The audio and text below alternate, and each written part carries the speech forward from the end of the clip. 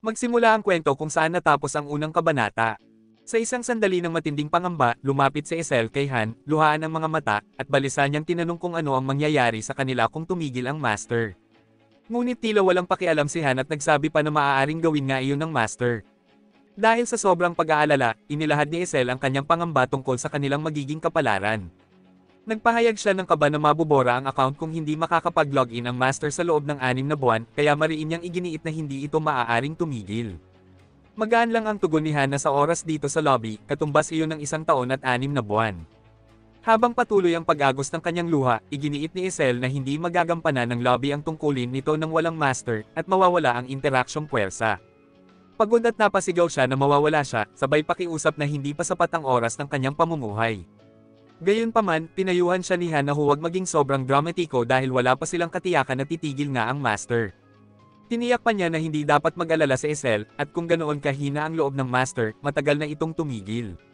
Namangha si Esel sa sinabi ni Han, kaya pinunasan niya ang kanyang luha at nagpahayag ng tiwala sa kanya. Sa sandaling iyon, naisip ng ating bida kung bakit ganoon na lang ang pagkataranta ni Esel, at tinanong kung mamamatay ba siya kapag hindi siya nakakaakyat ng tore. Nang sumang-ayon ng diwata, nagulat ang ating bida at agad na tumayo, hinihingi ang mga detalye. Malungkot na inamin ni Esel na siya'y mawawala, bagay na lalong ikinagulo ni Han. Naisip ni Han ang 6 na buwang palugit at inugnay ito sa Niflheim na para bang wala na itong gaanong oras. Kinabukasan, hinimok ng system ang Master na agad bumili kung may nais siya, at tiniyak nitong si Mobius ay susuporta sa kanyang mga pagpili.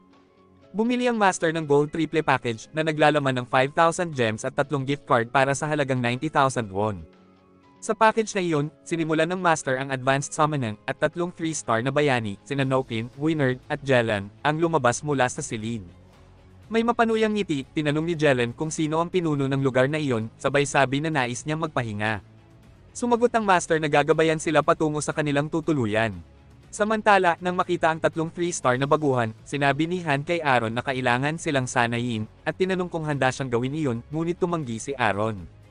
Lumapit naman ang lalaking may kakaibang buhok, si Nokin, at bastos na tinanong si Han kung sino siya. Ngunit malamig ang tugon ni Han, masyado raw itong madaldal, at makakarinig naman siya ng sagot sa training ground. Habang naglalakad ang ating bida, inutusan niya si Edith na tumulong, at tiniyak naman ni Jenna na mas mahusay siya kaysa sa karamihan ng mga bagong bayani. Bigla namang umatake si Nokin sa ating bida gamit ang espada, ngunit alerto si Han at mabilis na napigilan ang pag-atake. Mariin namang sinuntok ng ating bida ang mukha ni Nokin, dahilan para bumulwak ang dugo mula sa kanyang bibig. Kasabay nito, pinarusahan ni Edith si Jelan, ang isa pang mayabang, sa pamamagitan ng marahas na pagtuturo ng leksyon. Sa gitna ng kaguluhan, nag-isip si Han tungkol sa 3 sunod-sunod na 3-star summon ng Master, at naisip niyang alam nito ang kanyang ginagawa. Naisip niya kung plano ba ng Master na pumili ng isang 1-star para buuin ang party. Ayon kay Han, may mga taong naghahalo ng mataas at mababang ranggong bayani, pero mas mainam na iayon ang ambisyon sa kakayahan, at mas praktikal daw na gumawa ng 5 sunod-sunod na gotcha. Pagkatapos silang bugbugin ng husto, humingi ng paumanhin si Han dahil sinimulan agad ang training sa kanilang pagdating, ngunit sarkastiko niyang kinilala na kailangan talaga ang ganoong parusa. Pagkatapos, bumuo ang Master ng ikatlong party na binubuo ng mga 3-star na baguhan at 2 1-star na bayani, sina Nokin, Winard, Jelan, Robale, at Jian, at ipinadala sila sa pangunahing dungeon. Hindi naman sila pinakamasama bilang grupo, ngunit isa ang malubhang na sugatan. Sa kabila nito, natapos nila ang pagsubok at tila naunawaan ang kani-kanilang papel. Bilang gantimpala sa mahusay na trabaho ng Party 3, binigyan ng Master si Nokin, ang team leader, ng golden ticket. Makalipas ang ilang araw, napansin ni Jenna sa training ground na minamaliit ng mga 3-star na baguhan ang kanilang mga 1-star na kasamahan. Ipinahayag niya kay Han ang kanyang pag-aalala na baka maagawan ng posisyon ang mga iyon. Subalit nang makita ni Nokin si Han sa training ground, agad siyang umiwas at nagkunwaring hindi siya nakita. Ngunit binaliwala lamang ni Han ang mga alalahanin ni Jenna, pinayuhan siyang pabayaan na lang ang mga iyon. Lumipas pa ang panahon, ngunit wala pa ring lumilitaw na mage. Gayunpaman, maayos ang kabuoang balanse. Patuloy na lumalago ang Party 3 nang walang natatanggal, at mukhang maayos ang takbo ng plano ng Master. Makalipas ang araw na iyon, tinanong ni Nokin ang kanyang mga kasamahan kung alam ba nila kung bakit hindi na lumalabas sa misyon ng Party 1 at 2. Ngunit wala silang alam, kaya't may masamang ngiti niyang ibinunyag na iniwan na sila ng kanilang Master. Sinabi pa niya na maaari silang manguna sa ibang party kung lalo pa silang lalakas, maliban sa babaeng salamangkera na iyon na nais niyang mapasama sa kanilang grupo. Nang igiit ni Jelen na puno na ang kanilang party, iminungkahi ng isang lalaki sa kanila na si Winard na itapon na lang ang dalawang walang silbing one-star na miyembro. Bigla, dumating si Han at mapanuyang pinuri ang kanilang plano na ikinabigla ni Nokin at tuluyang nagulo ang isip nito. Kinabahan si Nokin at nagtanong kung bakit naroon si Han, ngunit sagot ni Han ay naroon lang siya para uminom ng tubig, at sarkastikong sinabi pa na ipagpatuloy na lang nila ang kanilang tsismisan. Naisip ni Han na wala talagang konsepto ng teamwork ang mga iyon, hindi pa nga nila tinatrato bilang tao ang mga one-star na kasamahan nila, ngunit pinaniniwalaan pa rin niyang baka kontento na si Master Wutira. May ilang problema, ngunit sa isang banda, nakatawid ang Party 3 sa ikalabing-apat na palapag. Mukhang madali lang ang ikalabintatlo at ikalabing-apat, ngunit marahil naging mahirap ang ikalabindalawa, o baka sinuwerte lang sila. Habang nagsasanay, naisip ni Han na wala pa ni isa sa Party 3 ang nakalagpas sa level 10, ngunit ipapadala pa rin sila ng Master sa mas matataas na palapag. Pinag-isipan niya na kapag nakatawid sila sa ikalabinlima na palapag, malamang na isasama at pagsasamahin na ang Party 1 niya. Samantala, habang tumatakbo kasama niya, tinanong ni Yolke kung ano ang susunod nilang gagawin, at binigyang diin na baka maabutan na sila ng Party 3. Sagot ni Han, ginagawa lang niya ang dapat niyang gawin, at tiniyak kay Yolke na hindi niya ito pipigilan kung gusto nitong lumipat sa kabilang party. Ngunit tumanggi si Yolke, sinabing hindi niya gusto ang mga iyon. Kaya iminungkahi ni Han na maghintay na lang siya hanggang dumating ang tamang pagkakataon. Itinanong ni Han kung nakabisado na niya ang telekinesis, at sumang-ayon siya, sabay nagpakita ng kaunting demo. Napansin ni Han na nakakapag-cast siya ng walang salita, at hinulaan niyang nasa basic level pa lang ito, ngunit may ngiti niyang pinuri ang progreso ni Yolke. Sa kabilang banda, inisip naman ni Han na hindi pa rin umuunlad ang Master. Maganda man ang mga pasilidad sa lobby, masyado na itong puno ng mga bayani.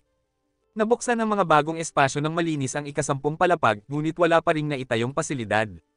Naniniwala ang ating bida na kailangang magpatayo ang Master ng level 3 facilities, ngunit inisip niyang wala namang balak si Wutira dahil nakatuon ang lahat ng atensyon nito sa Party 3. Maayos ang paghahanda para sa raid sa ikalabinlima na palapag. Napansin din ng mga miyembro ng Party 3 na paborito sila ng Master, kaya unti-unti na nilang ipinapakita ang kanilang tunay na kulay.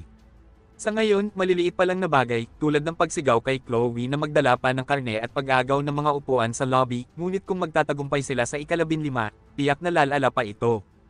Kinabukasan, ipinatawag ng Master ang Party 3 sa Town Square, at ayon sa utos, naghanda silang pumasok sa dungeon.